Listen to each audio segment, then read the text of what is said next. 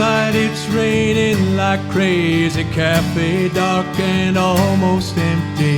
Soon as you sit down, we both see,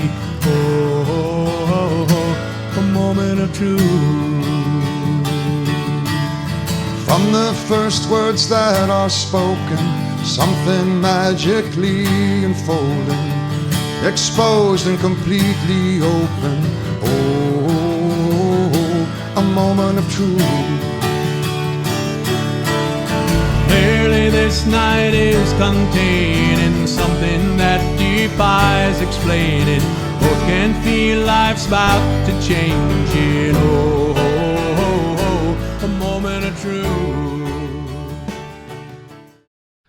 Those are the first verses of a song called A Moment of Truth from the Between Old Friends album. On November 27th, 1995, Mike McCoy and I met on a windy, rainy night, the Monday after Thanksgiving, for an early dinner at the Roadhouse restaurant north of Seattle on the edge of Lake Washington.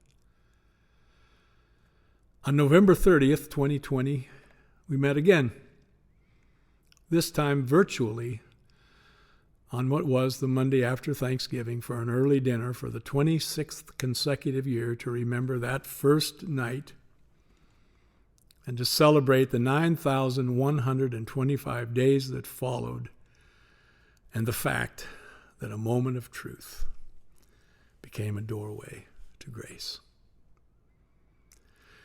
Because of the pandemic, plans to celebrate those years by recording and sharing new songs have been replaced by a series of letters I'm writing to McCoy and sharing with you. A Moment of Truth is the third of these Dear Partner letters. Dear Partner,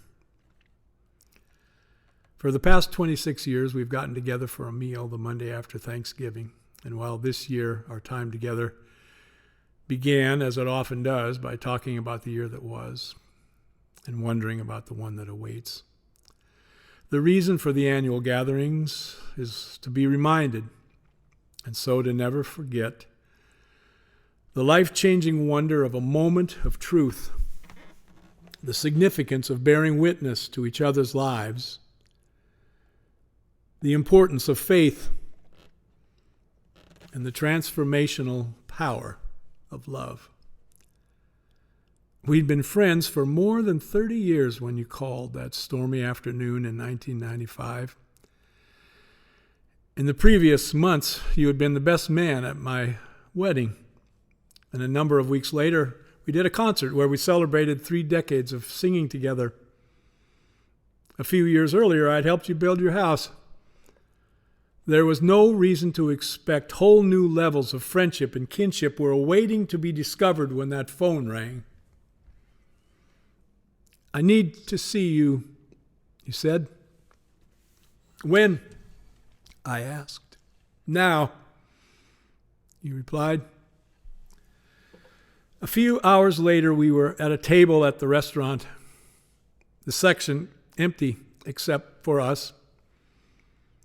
And for a few minutes, I just looked at you while you stared into the distance at something only you could see. After the waiter brought the menus and filled the water glasses, I said, I don't know what's happened, but I'm here for as long as it takes to get to the other side. And while there weren't a lot of specifics, over the next couple of hours you shared fears and doubts and times of self-loathing and self-destructive behavior and how you could betray the trust of those who love you. And the truth is, what I felt and saw as you lit those darkest of places was our connectedness and shared brokenness and common humanity. A dozen years earlier, our friend Pat Sands suffered a cerebral hemorrhage the Saturday night of Father's Day weekend. I remember being in the hospital early that Sunday morning, wanting desperately to do something. A doctor came and said it would be days before they could operate. Sands had been studying to become a preacher, and while I had long been disillusioned by religious dogma, I grew up in the church and loved the stories. Sands' passion reminded me how much. And as I listened to the rhythm of the machine that was helping Sands breathe, I thought of Jesus and what he chose to do when he knew he had only one day to live. He chose to have a special dinner with his friends. He humbled himself by washing their feet. And then he invited his closest friends to join him in a quiet place and just be together. The only thing he needed from his friends during those last hours was for them to be awake and alert and with him in that garden, sharing what amounts to prayers, or in other words, listening to each other's hearts. And while Sands would die a few hours later, I discovered in my marrow that day that perhaps the most important thing we can do for each other is to be in each other's gardens, awake and alert and sharing words our hearts speak. And so it would be for you and me, in ways big and small. For one thing, we talked every day the next year and a half after that dark night. Seldom, if ever, saying anything profound, mostly just a way of being there. That dark night, after we finished sharing a meal, and you shared so much of yourself, it was time for you to go home to your wife, who to your surprise had not given up on you. And it so happened when you got home that you found Jesus there too. And while you and I don't share that kind of faith, what we do share is the importance of faith in whatever form it takes. And when I think about that night today, I remember a moment in Moses' life when he came upon, of all things, a talking, burning bush, asking him, Moses, to lead his people out of bondage and into the promised land. And while Moses had been raised in the palace of the Pharaoh and expected to lead, he had spent the previous 40 years tending sheep. And Moses stared into the fire, and all he could say was, "Look at me! Look at me. Long ago I could have tried to do what you're asking of me now, but look at me. Maybe I could have, but now I know I can't." And the fire replied, "My son, you are finally ready." And so it was, at your moment of truth, you were finally ready to be the man you needed to be, to become the man you needed to be.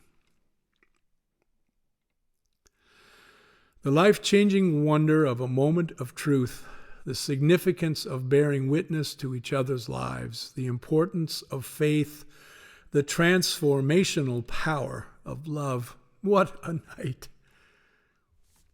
I'll end this letter with another one of our new songs. There wouldn't be this day without that night. That night forced me to open up. It humbled me, taught me to trust. In the darkness, saw enough to see that I was loved. There wouldn't be this day without that night. If not for the darkness, never would have seen the lights. God knows it was the worst of times. I'm grateful, yes, that's right. Wouldn't be this day without that night. That you would not give up on me gave me faith, so I believed, and in the darkness I could see another's face, not mine, not me. There wouldn't be this day without that night. If not for the darkness, I never would have seen the light. God knows it was the worst of times. I'm grateful, yes, that's right. There wouldn't be this day without that night. That you did not just run away, that you found reasons you could stay, and most important, kept the faith so that night could become this day. There wouldn't be this day without that night. If not for the darkness, never would have seen the light. God knows it was the worst of times. I'm grateful, yes, that's right. 'Cause there wouldn't be this day without that night. No, there wouldn't be this day without that night.